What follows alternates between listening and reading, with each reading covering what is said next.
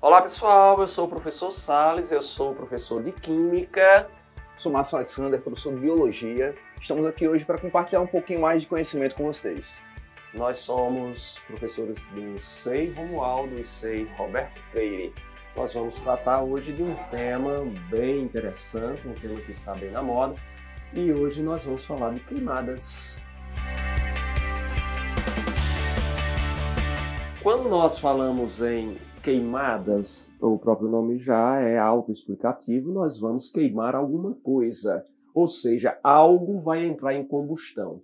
E quando algo entra em combustão, nós estamos falando de uma reação em que eu tenho um combustível, no caso a madeira, eu tenho um comburente, no caso o oxigênio, e durante uma queimada, ao queimar esta madeira, nós temos emissão para a atmosfera de uma série de substâncias que podem trazer efeitos diretos à população ou efeitos indiretos para a população.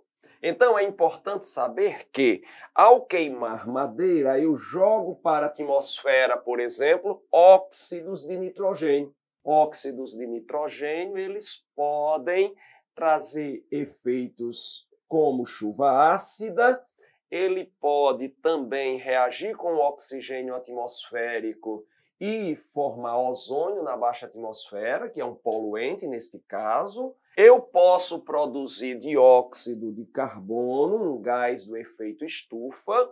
Eu posso produzir monóxido de carbono, no caso de uma combustão incompleta. Lembrar que o professor Márcio vai já falar dos efeitos graves para o humano e os animais em geral, em decorrência da respiração com monóxido de carbono. Eu posso também jogar para a atmosfera material particulado. Dentre estes materiais particulados se destaca a fuligem, que também tem uma ação nociva para o homem. E eu posso lançar para a atmosfera também hidrocarboneto, um gás do efeito estufa. Então vocês veem aí que durante uma queimada eu lanço para a atmosfera uma série de substâncias químicas que elas trazem efeitos diretos e indiretos para a população.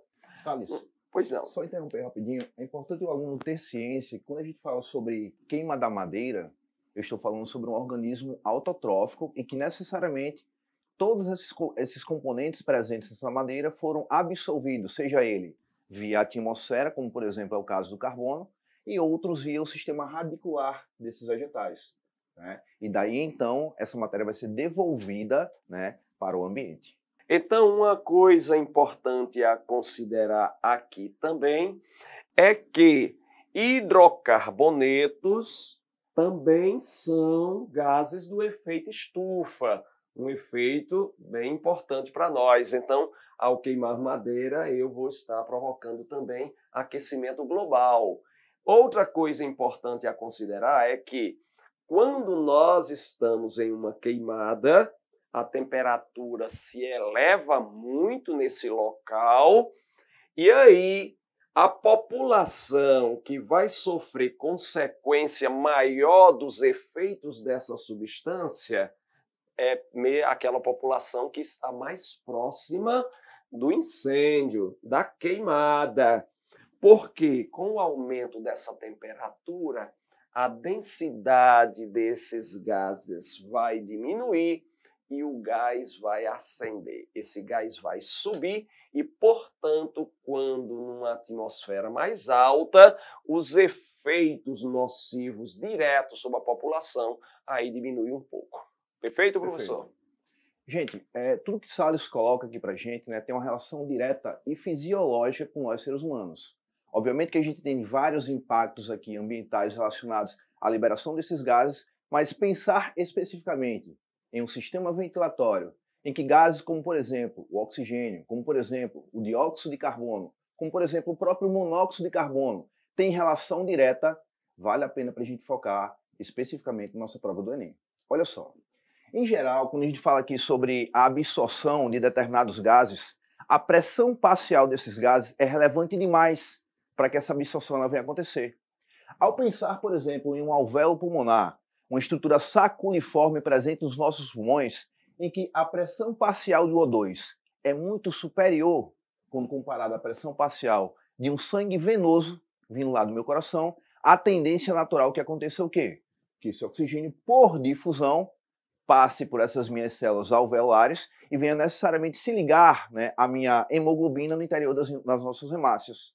Se eu penso, por exemplo, aqui no que Salles acabou de colocar, com o aumento da temperatura, vocês entendem que esses gases vão apresentar uma pressão parcial reduzida no ambiente que nós temos? Logo, o poder de difusão desse gás para o interior do nosso corpo já passa a ser menor. Já temos um primeiro problema. Uma outra forma também de pensar é que, necessariamente, quando eu falo sobre a associação do meu O2 com a minha hemoglobina, proteína presente no interior das nossas hemácias, eu tenho a composição de uma substância chamada de oxhemoglobina, que é a principal forma de transporte de oxigênio via nossa corrente sanguínea. Na hora que a minha oxhemoglobina chega a nível tecidual, a tendência natural é que, como o meu tecido tem uma exigência de oxigênio maior por estar em uma atividade metabólica alta, esse oxigênio se desvincule dessa minha hemoglobina e seja lançado para o nosso tecido. Onde é que entra o problema relacionado a isso? O monóxido de carbono, que no caso é o nosso CO, ele tem uma afinidade de aproximadamente 200 vezes a mais com a hemoglobina do que o próprio oxigênio, compondo o que a gente chama de uma carboxhemoglobina, um composto extremamente estável, que esse composto de alta estabilidade inibe a associação da minha hemoglobina com o O2, reduzindo a capacidade de transporte desse meu gás para os nossos tecidos. E aí a gente teria uma, inicialmente, hipóxia com uma possível morte por uma asfixia.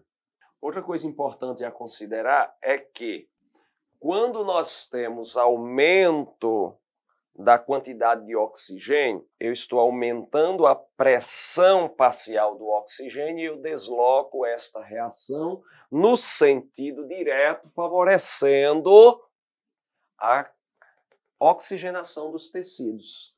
Porém, quando eu tenho uma diminuição na pressão parcial desse oxigênio, essa reação ela se desloca no sentido inverso.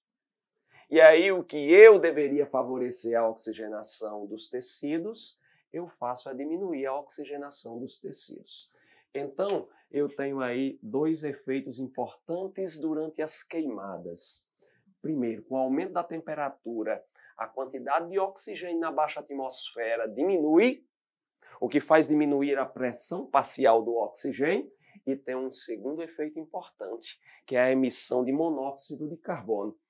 Combinando essas duas coisas, pressão parcial de oxigênio diminuído e pressão parcial do monóxido aumentado, tudo isso combina para eu ter uma menor oxigenação nos nossos tecidos e, consequentemente, morte por asfixia. É isso. Foi um prazer estar aqui discutindo as queimadas com vocês. Mais uma vez, gente, muito obrigado pela atenção, bons estudos e até a próxima.